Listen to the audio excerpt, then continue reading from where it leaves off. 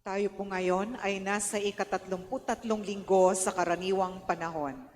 Ang mamumuno po sa ating banal na pagdiriwang ay ang ating kura paroko, Reverendo Padre Joselito A. Santos. Sabayan po natin ang koro sa pambungad na awit.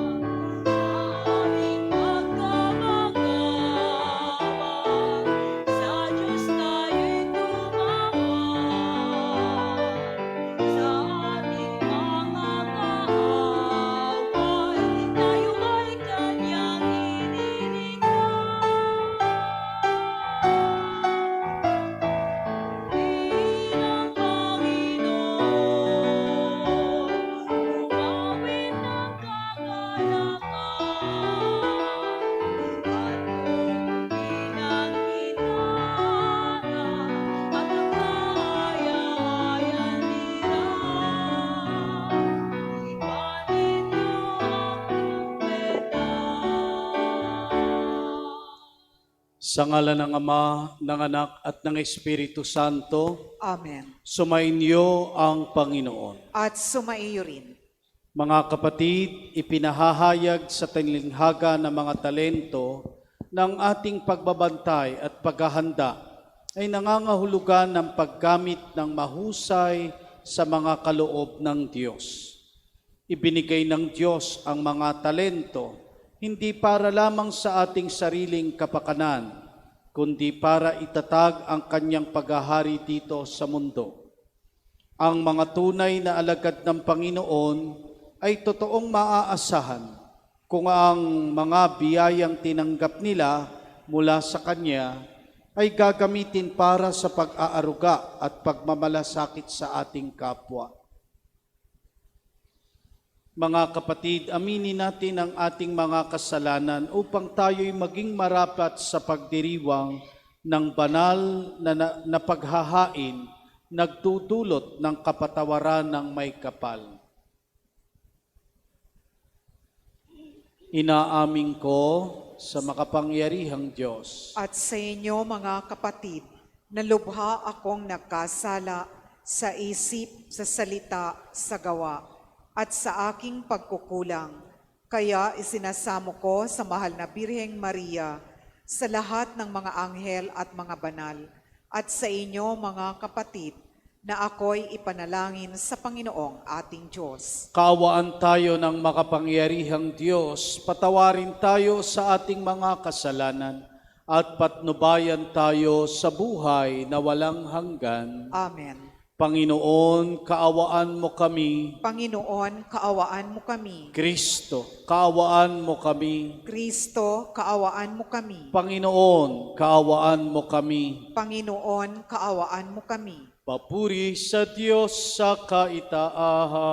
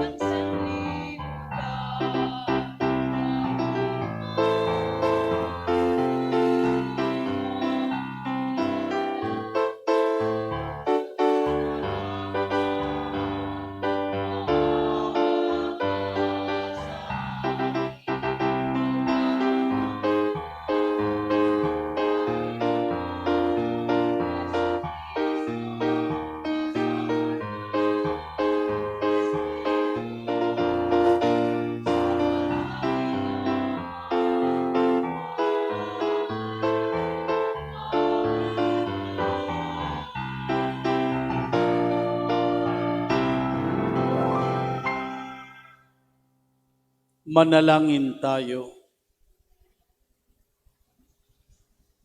Ama naming makapangyarihan, ipagkaloob mong lagi naming ikaligayang ikaw ay paglingkuran, sapagkat walang maliw at walang kahulilip ang kasiyahan kapag sumasamba kami sa iyong kapangyarihan, nagpapairal sa tanang sanlibutan, sa pamamagitan ni Hesukristo, kasama ng Espiritu Santo, magpa sa walang hanggan. Amen. Nagtatapos sa isang awit ng papuri para sa warang ina at asawa ang aklat ng mga kawikaan. Inilalarawan siya bilang babaeng ginagamit ang kanyang mga talento para sa ikabubuti ng kanyang pamilya at ng mga mahihirap. Pagbasa mula sa aklat ng mga kawikaan. Mahirap makakita ng mabuting asawa. Higit sa mamahaling alahas ang kanyang halaga. Lubos ang tiwala ng kanyang asawa at saganang pakinabang ang makakamit niya. Pinaglilingkuran niya ang kanyang asawa habang sila'y nabubuhay. Pawang kabutihan ang ginagawa at di kasamaan. Wala siyang tigil sa paggawa, hindi na halos magpahinga. Humahabi ng kanyang lino at saka ng lana. Siya'y gumagawa ng mga sinulid at humahabi ng sariling damit. Matulungin siya sa mahirap at sa nangangailangan ay bukas ang palad. Magdaraya ang pang-akit at kumukupas ang ganda. Ngunit ang babaeng may takot sa Panginoon ay pupurihin ng balana. Ibunton sa kanya ang lahat ng parangal, karapat-dapat siya sa papuri ng bayan. Ang salita ng Diyos. Salamat sa Diyos.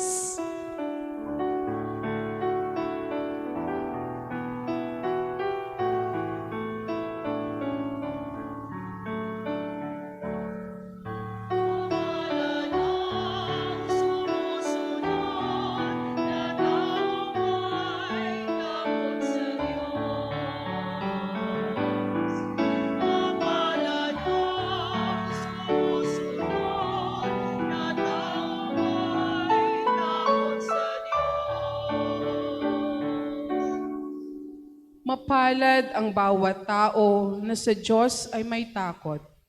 Ang maalab na adhikay sumunod sa kanyang utos. Hindi siya magkukulang sa anumang kailangan. Ang buhay ay maligaya't uunlad ang kanyang buhay.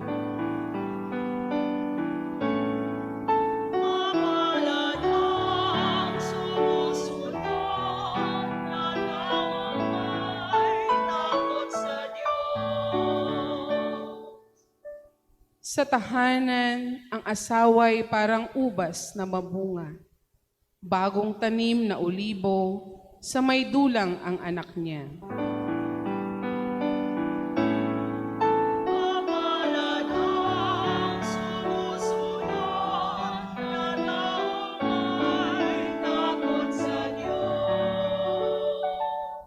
Ang sinuman kung ang Diyos buong pusong susundin, buhay niya ay uunlad at laging pagpapalain. Mula sa Zion, pagpapala nawa ng Diyos ay tanggapin at makita habang buhay pag-unlad ng Jerusalem.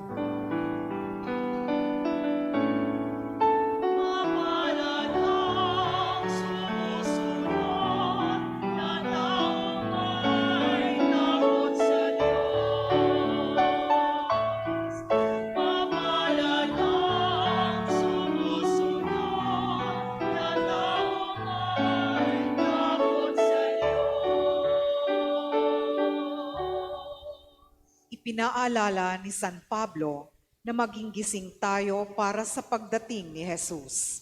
Naghahanda para sa araw ng Panginoon silang mga nasa panig ng liwanag.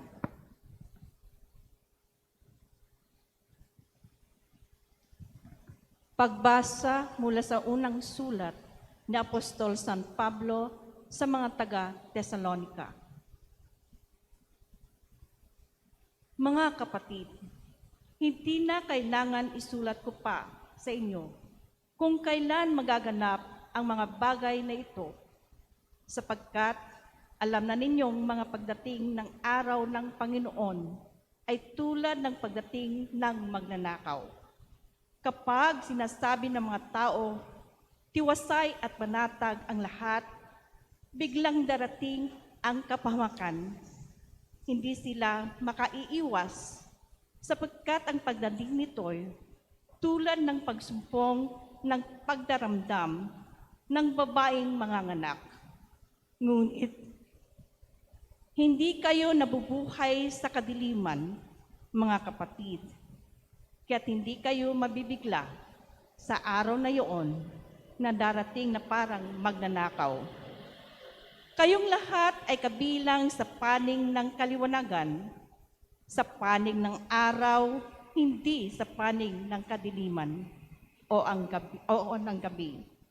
Kaya nga, kailangan tayo manatiling gising, laging handa at malinaw ang isip, di tulad ng iba. Ang salita ng Diyos. Salamat sa Diyos. Parangalan po natin ang mabuting balita ng Panginoon.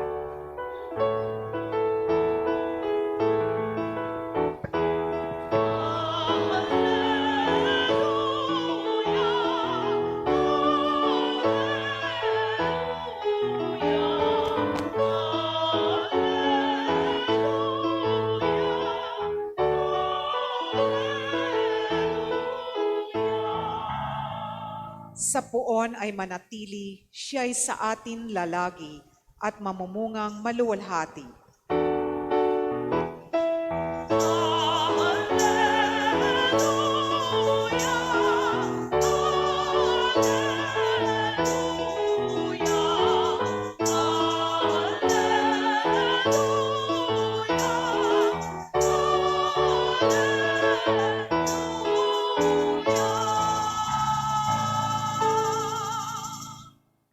Sumainyo ang Panginoon. At sumaiyo rin. Ang mabuting balita ng Panginoon ayon kay San Mateo.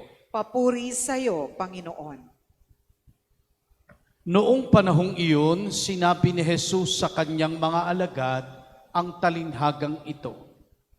Ang paghahari ng Diyos ay maitutulad dito.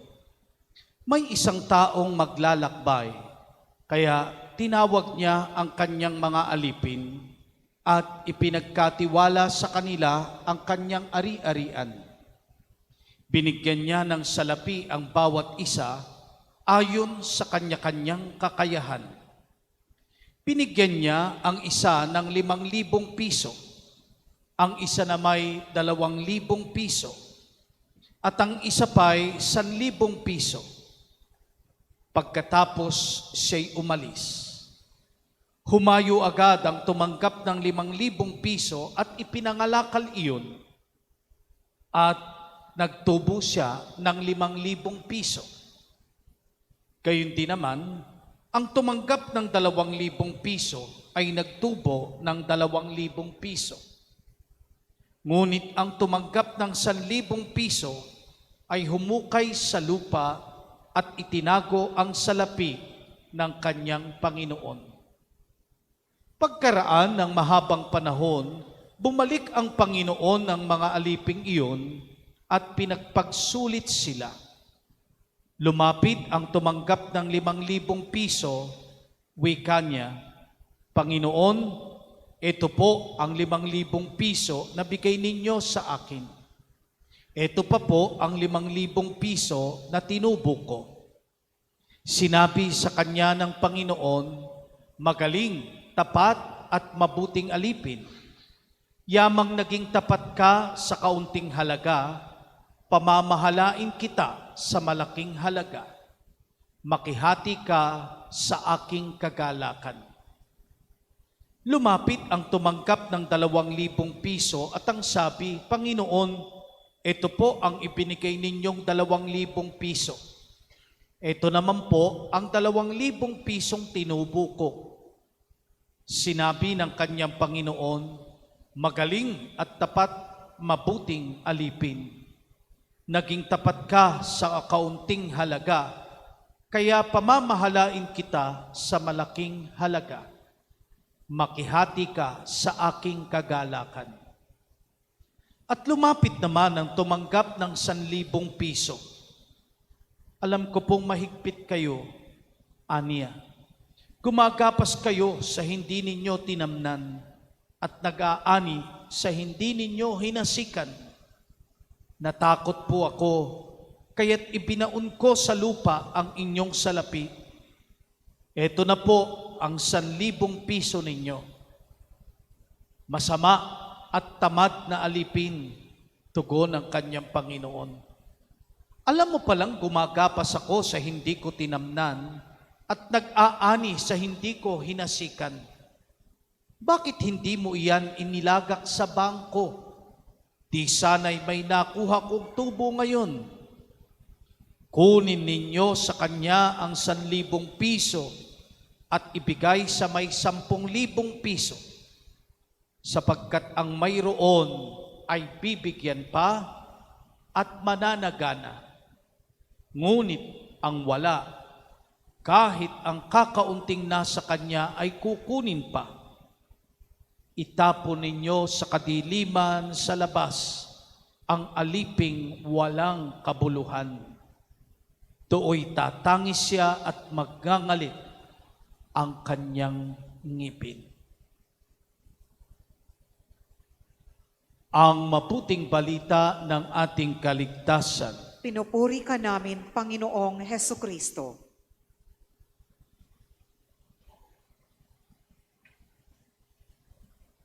Sa mga nakikisa sa ating banal na pagdiriwang via live streaming sa ating pong Paris Facebook page, sa ating pong mga naririto sa Simbahang Pamparokya, isang mapagpala at magandang umaga po sa inyong lahat. Magandang umaga rin po, Father.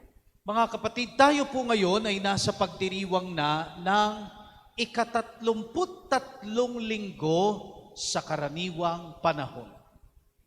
At 1 linggo na lamang ang bago ang pagtatapos ng kalendaryong pangliturhiya ng ating simbahan. Sapagkat meron lamang po tayong 34 Sundays in ordinary time. At yung ika-34 na linggo ay pagdiriwang ng dakilang kapistahan ng paghahari ng Panginoong Hesus.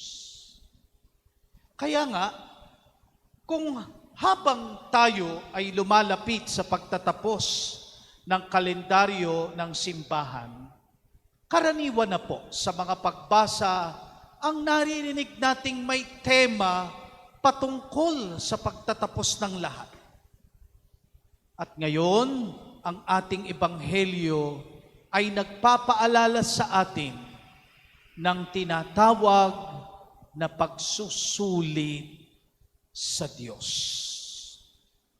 Ihaharap natin ang lahat sa pagtatapos ng buhay at ng mundo. Dito narinig natin yung tinatawag na parable of the talents, talinhaga ng mga talento. Sa ating pong Filipino version, binigyan na ng kaukulang halaga para may ideya tayo ng pagkakaiba ng inihandog o ipinagkatiwala. Narinig natin na sa una ay ipinagkaloob ang 5,000 piso, sa ikalawa ay 2,000 piso, at sa ikatlo ay 1,000 piso. Pero higit doon ang siyang orihinal na teksto.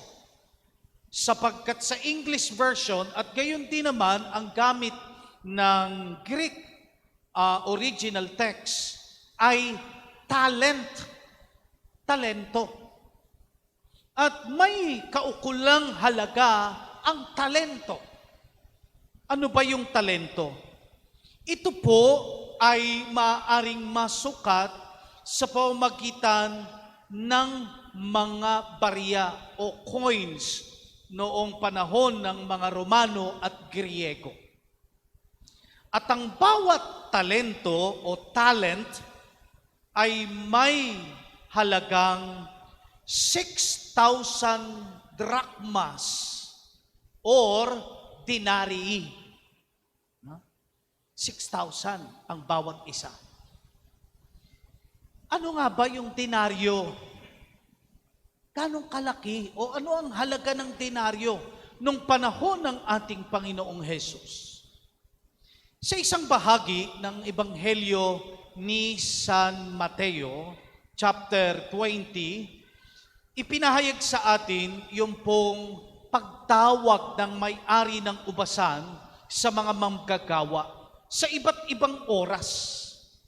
At ang pangako ng may-ari ng ubasan ay ang bigyan sila ng karampatang upa.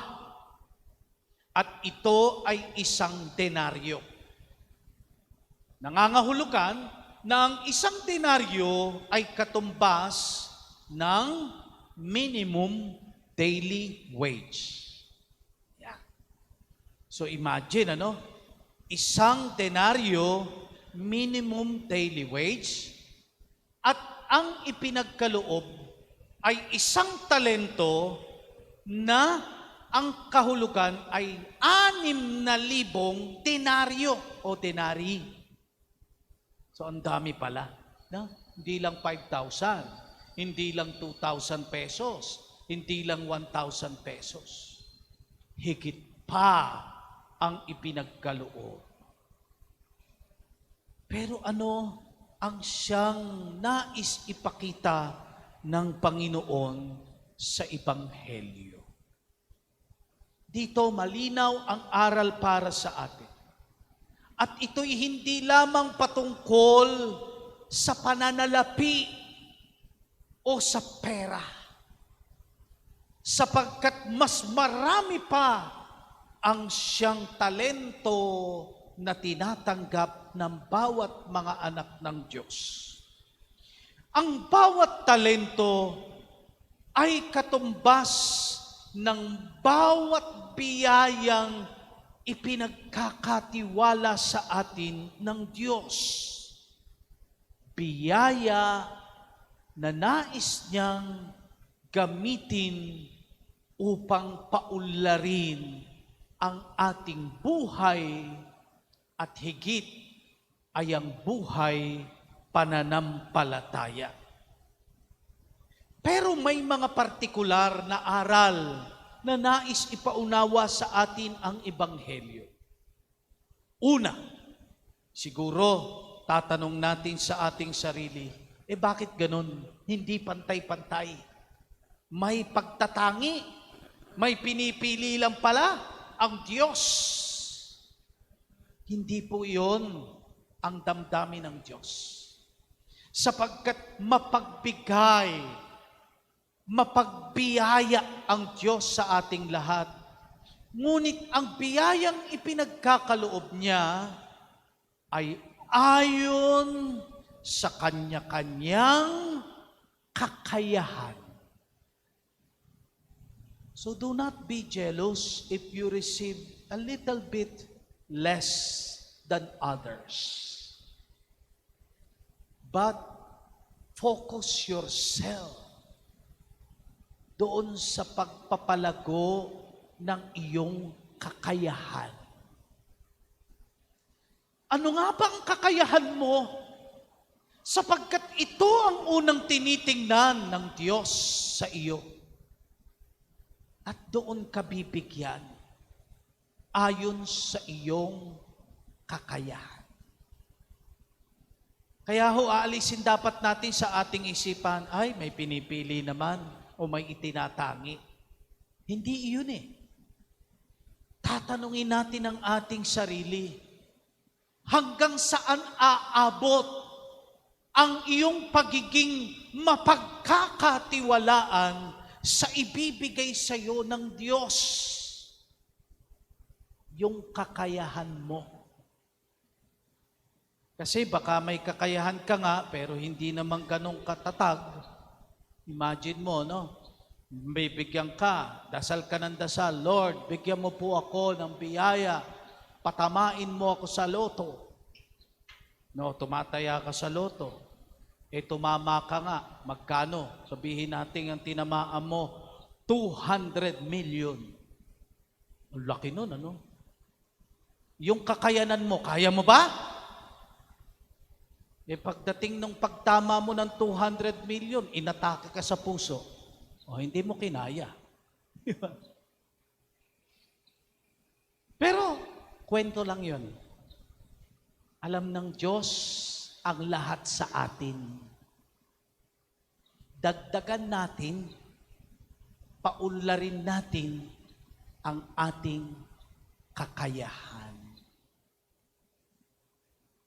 Kaya nga mahalaga po yung aral ng pagpapaunlad. At dito, papasok ang ikalawang aral ng Ebanghelyo. Ano yung ikalawang aral? Quality and not quantity. Anong ibig sabihin? Hindi sa dami, kung hindi sa kalidad, kung papaano mo gagamitin. Kasi ang kwento, narinig natin, yung 5 naging 10, yung 2 naging 4, yung isa, wala, itinago lang eh. Pero maaaring baguhin natin yun. Pwedeng yung isa o yung binigyan ng isa ang magpalago ng 10. O yung 10 o yung 5 ay pwedeng itago. Depende sa kung papaano mo haharapin ang pagtitiwalang ipinagkaloob sa iyo ng Diyos. Sapagkat ang ibinibigay ayon sa ating kakayanan ay hindi itinatago kung hindi pinauunlad. Mga kapatid, napakarami po ng biyaya sa atin ng Diyos. Kung iisa-isahin natin, siguro mahaba-habang panahon ang ating igugugol. Nariyan ang biyaya ng buhay. Nariyan ang biyaya ng katilinuhan. Nariyan ang biyaya ng edukasyon na iyong natutunan. Nariyan ang biyaya ng iyong pag-ibig at pagkakaisang natutunan sa pamilya. Nariyan din ang biyaya ng bawat karanasang pinagdaanan natin sa buhay. Nariyan ang biyaya ng mga kaibigang laging kasama mo anumang oras sa iyong buhay. Kaya hindi ho tungkol sa pananalapi lamang ang talento, kung hindi sa bawat biyaya ng Diyos, paunlarin, pagyabungin, payamanin. Pero mga kapatid, bakit natin kailangan paunlarin at palaguin yung talent? Dalawa po ang ipinapaalala sa ating dahilan. Unang dahilan, dahil kung hindi pa uunlarin, maaaring kunin muli sa iyo. Narinig natin yung binigyan ng isa, no? Itinago, wala siyang ginawa. Anong sabi ng Panginoon? Kunin ninyo sa kanya at ibigay pa doon sa mayroong 10. So kung ano yung ibinigay sa iyo, huwag mong hintayin mawala. Panghawakan mo. Paunlarin mo. Alam nyo, maiahalin tulad po natin ito doon po sa mga talents. Yung talent na kaya nating gawin. Ano? Merong kayang lumunok ng espada. Di ba? Yung talent yun. Hindi natin kayang gawin lahat yun. Di ba? O yung mga bumubuga ng apoy na parang dragon. Pero hindi yun yung talent na pinag-uusapan natin. Nung ako ay seminarista, isa sa mga, siyempre sa seminaryo, hahanap ka ng paraan upang ang oras mo ay mapuno ang lagi ng mga gawain. So nag-aral ako ng paggigitara. Natuto akong maggitara. No? Talagang kayang-kaya kong tumugtog ng gitara kapag nagmimisa sa choir, tumutugtog ako ng gitara. Pero nung ako po ay nasa theology na, una, wala akong dalang gitara nung ako'y nag-aaral. Pangalawa, kinatamaran ko ng tumugtog ng gitara. Ngayon, di nyo na ako mapapatugtog. Siguro, timpalok, tayo ng manok. Ganun lang kabagal. Kaya ko pa, alam ko pa yung mga chords.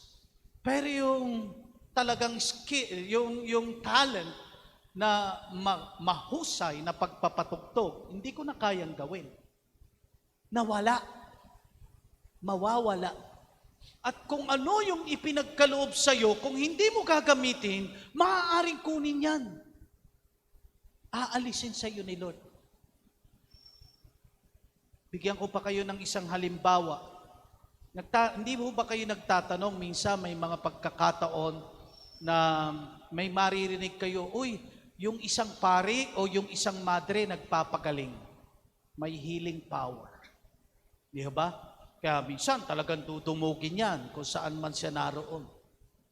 Pero habang tumatagal, may mga hindi natin maaalis yung katotohanan na ang nagiging sentro ng kanilang pagpapagaling ay hindi na si Lord. Yung sarili na nila, sa kanila na nakapokus. Sila na yung sikat, hindi na yung Panginoon na nagpapagaling.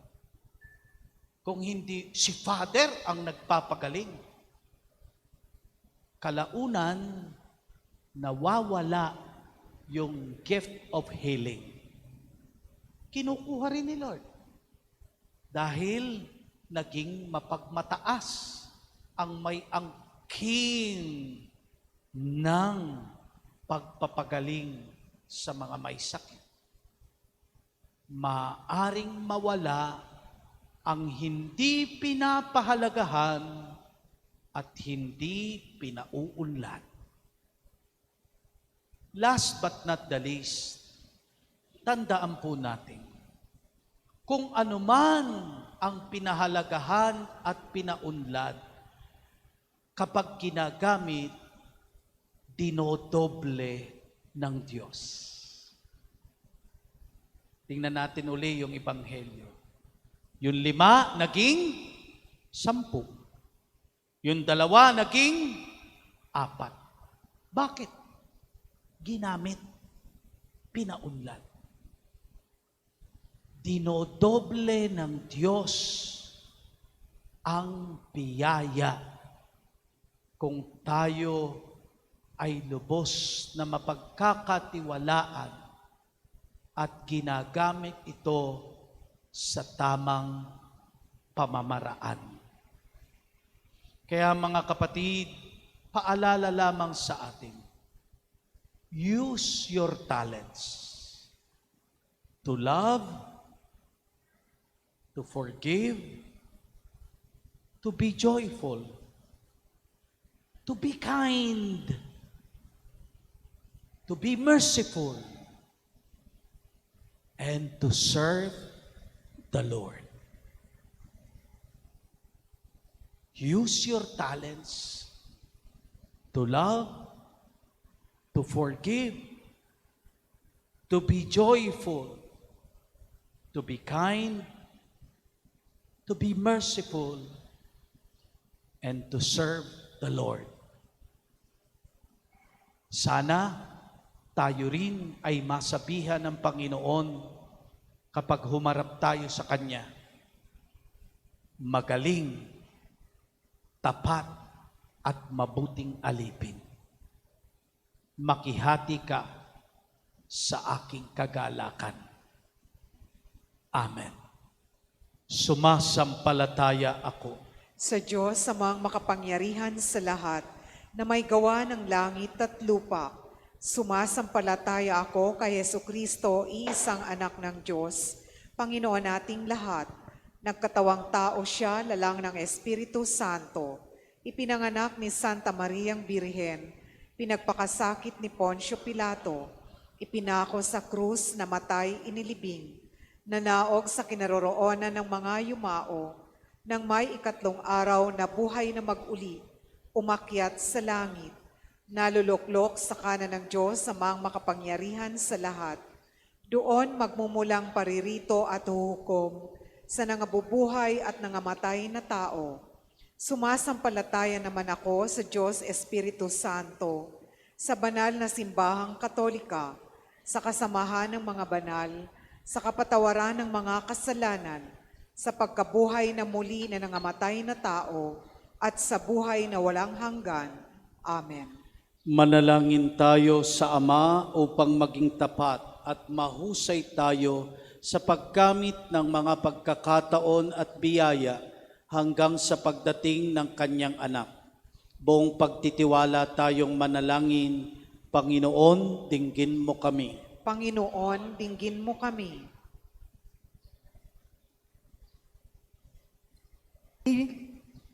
Manatili nawang tapat ang mga pinuno ng simbahan sa kanilang mga tungkuling pangalagaan at akayin ang bayan ng Diyos tungo sa kanyang kalwalhatian. Manalangin tayo. Panginoon, dinggin mo kami. Gamitin nawa ng mga pinuno ng mga bansa ang kanilang kakayahan at talino para mapaglingkuran ng lahat, lalo na ang mga kapuspalad at mga naaapi. Manalangin tayo. Panginoon, dinggin mo kami. Tulad ng mga matatapat at masisipag na lingkod, malasap nawa ng mga manggagawa ang marapat at makatarungang kapalit na ginhawa sa kanilang mga pagpupunyagi. Manalangin tayo. Panginoon, dinggin mo kami. Kilalanin nawa ang kahalagahan ng mga kababaihan sa lipunan at simbahan. Mapuno nawa ang bawat tahanan ng kanilang kasipagan, pag-aaruga at hinahon ng kalooban. Manalangin tayo. Panginoon, dinggin mo kami. Tanggapin nawa sa kalangitan ang mga kapatid nating yumao at gantimpalaan sila ng kalwalhatiang walang hanggan. Manalangin tayo. Panginoon, dinggin mo kami. Tahimik nating idalangin ang ating mga personal na kahilingan. Sama rin natin ang mga kahilingan ng mga taong humihingi ng ating dasal.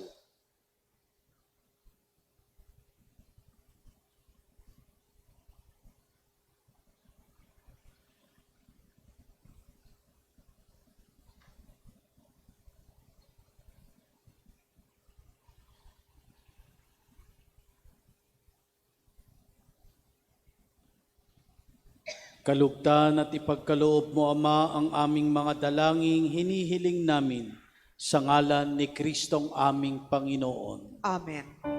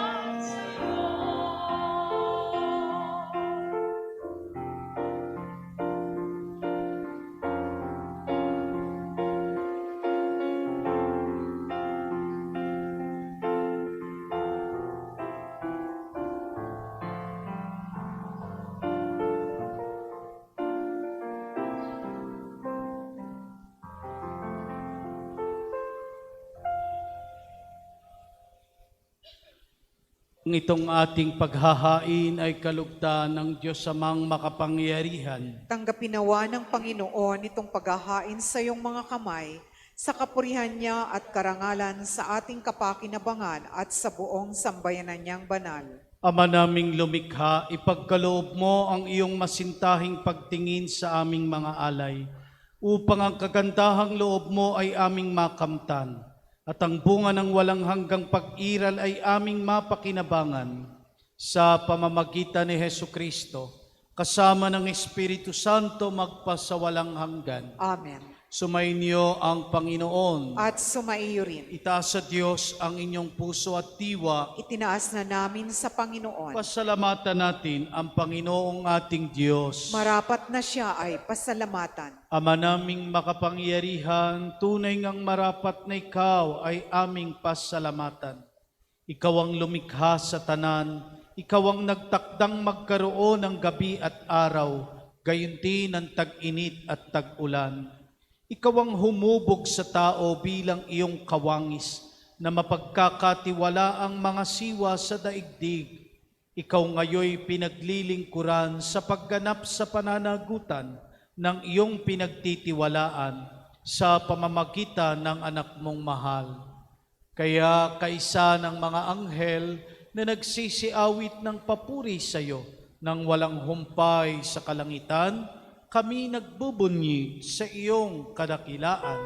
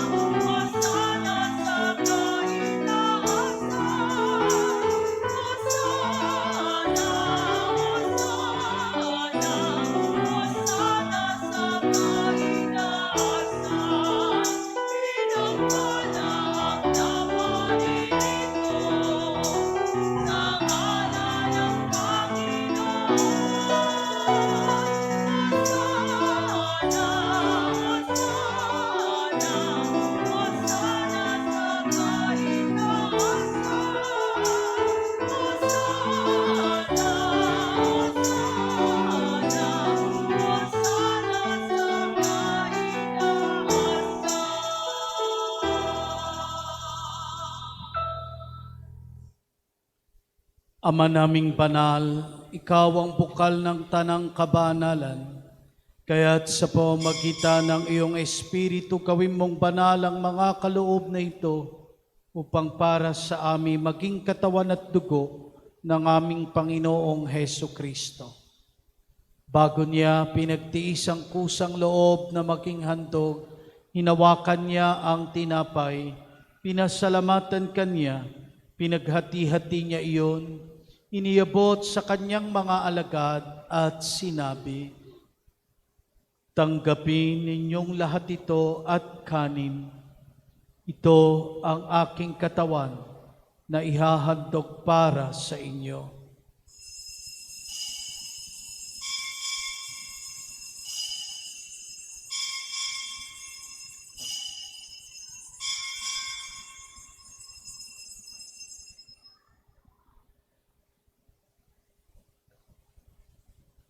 Gayun din naman noong matapos ang hapunan, hinawakan niya ang kalis. Muli kanyang pinasalamatan. Iniabot niya ang kalis sa kanyang mga alagad at sinabi, "Tanggapin ninyong lahat ito at inumin. Ito ang kalis ng aking dugo, ng bago at walang hanggang tipan. Ang aking dugo na ibubuhos para sa inyo at para sa lahat sa ikapagpapatawad na mga kasalanan. Gawin ninyo ito sa pag-alala sa akin."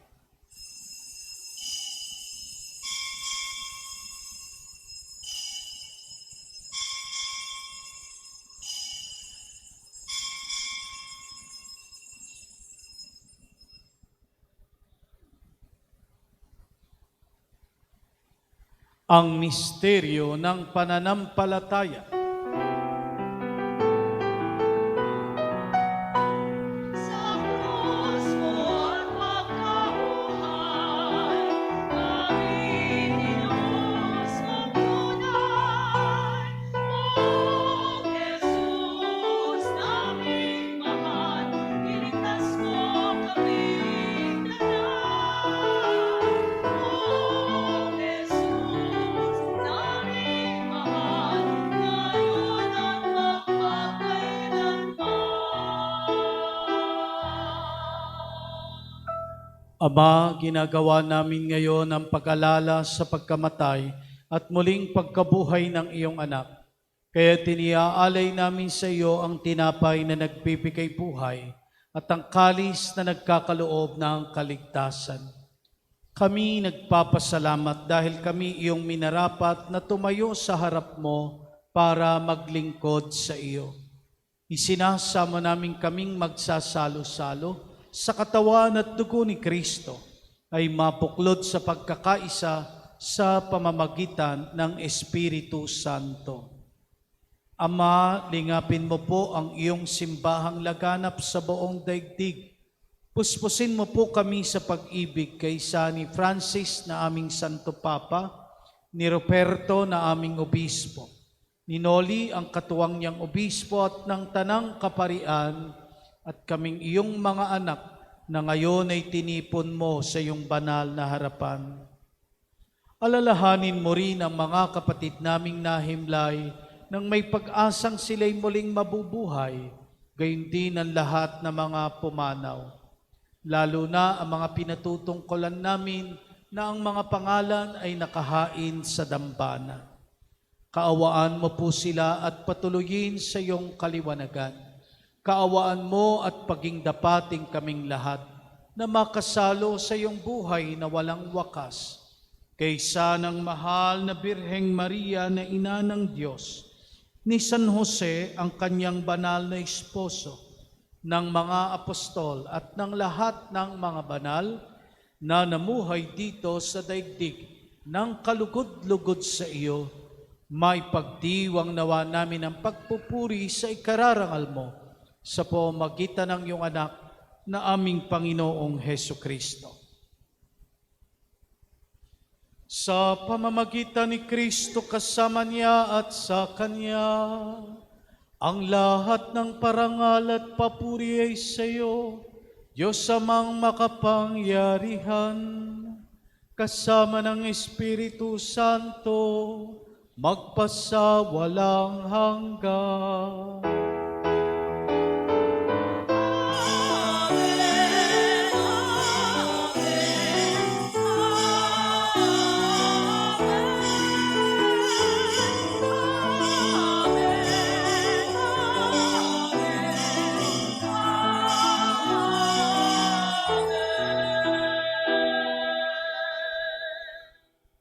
Bilang mga anak ng nag-iisang Ama sa langit, dumulog tayo sa Kanya sa panalangin itinuro ng Panginoon.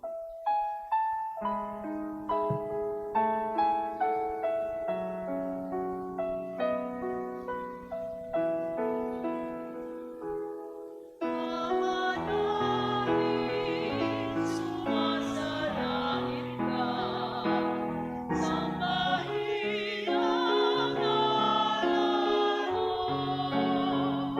Mapasawin ang kaharian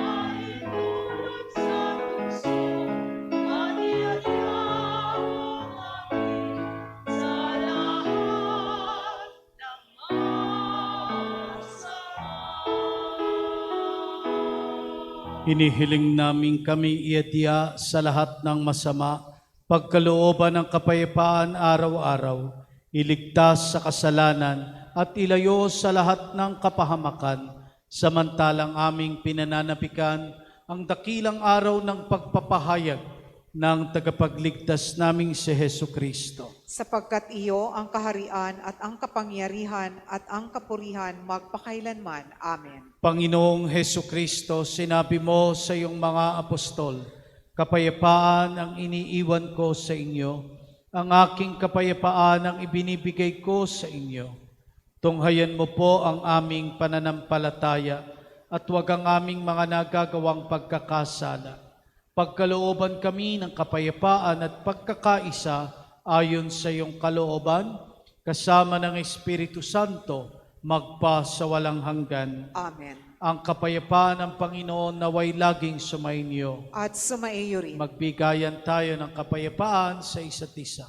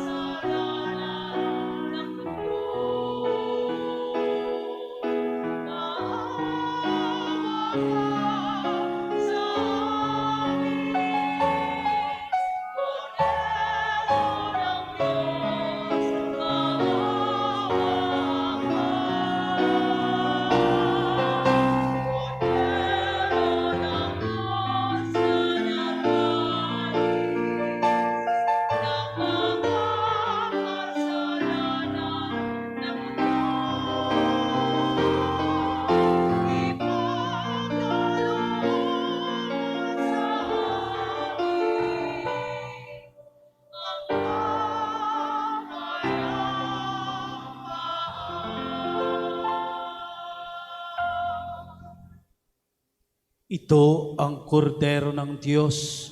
Ito siyang nag-aalis at nagpapatawad ng ating mga kasalanan. Mapapalad ang inaanyayahan sa kanyang piging. Panginoon, hindi ako karapat-dapat na magpatuloy sa iyo, ngunit sa isang salita mo lamang ay gagaling na ako. Pagsanggalang nawa tayo ng katawan ni Kristo hanggang sa buhay na walang hanggan. Amen.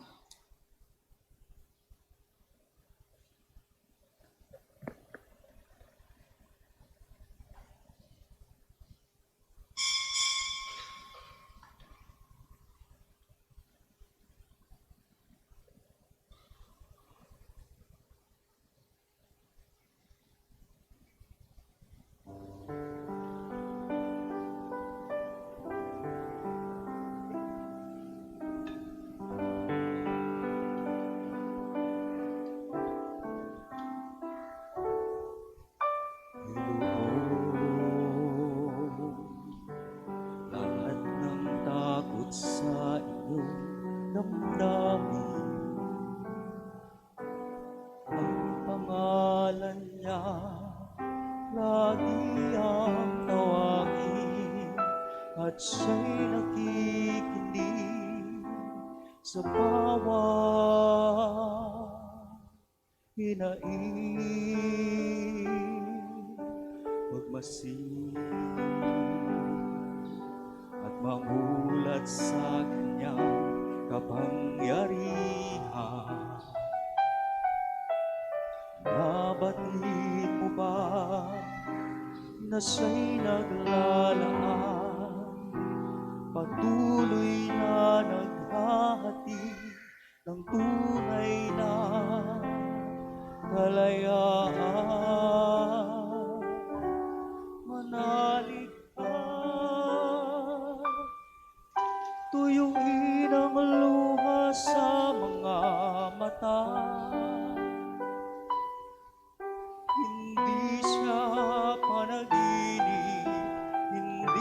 isang pangarap, siya ay buhay, manali ka.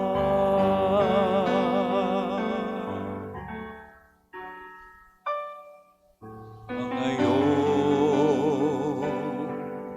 tila walang mararating na bukas.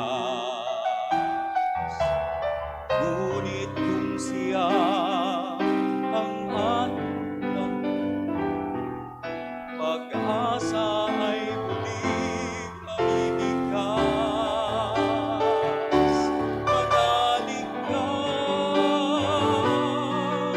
tuyuin ang luha sa mga mata. Hindi siya natutulog, hindi nakakalimot kay Jesus. Manalig ka.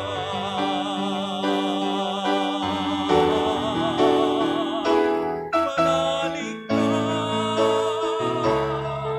Tuyuin ang luha sa mga mata. Hindi siya natutulog, hindi nakakalimot kay Jesus. Manalig ka.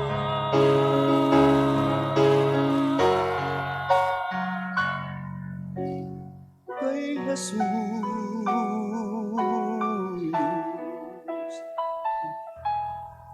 manalig ka.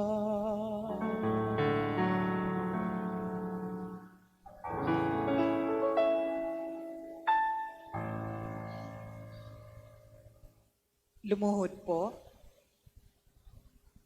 Panalangin kay San Jose. O pinagpalang San Jose, dumudulog po kami sa iyong karangalan. Idinadalangin namin sa iyo ang aming parokya at ang buo naming sarili upang ikaw ang aming maging ama sa tuwina, aming tagakupkop at patnubay sa landas ng kaligtasan. Ipagkamit mo para sa amin ang lalong matibay na kalinisan ng puso, ang lalong maningas na pagnanais sa kabanalan. Bilang pagsunod sa iyo, gagampanan namin ang lahat naming gawain, alang-alang sa lalong ikararangal ng Diyos at sa pakikisa sa kamahal-mahalang puso ni Jesus at kalinis-linisang puso ni Maria. At ikaw, o pinagpalang San Jose, idalangin mo kami at nang kami makabahagi sa kapayapaan at kaaliwan ng iyong magandang kamatayan. Amen. San Jose, aming patron, ipanalangin mo kami. Panalangin para sa mga mahal nating yumao. Ama naming mapagmahal, inihahabili namin sa iyo ang aming mga mahal na pumanaw sa buhay na ito. Huwag mo po silang pababayaan at pamalagiin mo silang buhay sa iyong piling. Alang-alang sa iyong awa at pag-ibig, patawarin mo na sana ang kanilang mga pagkukulang at nagawang pagkakasala dala ng kanilang kahinaan. Manatili nawa silang maligaya sa iyong piling, kasama ng iyong anak at ng Espiritu Santo, magpa sa walang hanggan. Amen. Ama namin, sumasalangit ka, sambahin ang ngalan mo, mapasa amin ang kaharian mo, sundin ang loob mo dito sa lupa para ng sa langit.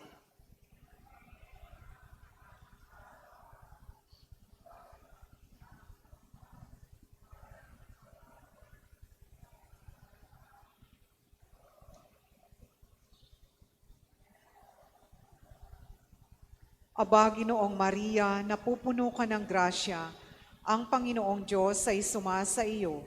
Bukod kang pinagpala sa babaeng lahat, at pinagpala naman ang iyong anak na si Jesus.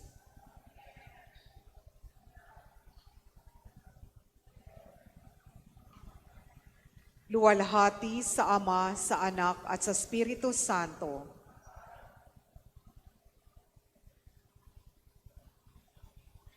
Kapayapaan kailanman ang igawat ng may kapal sa mga yumao nating mahal. Sila nawa ay silayan ng ilaw na walang hanggan. Amen.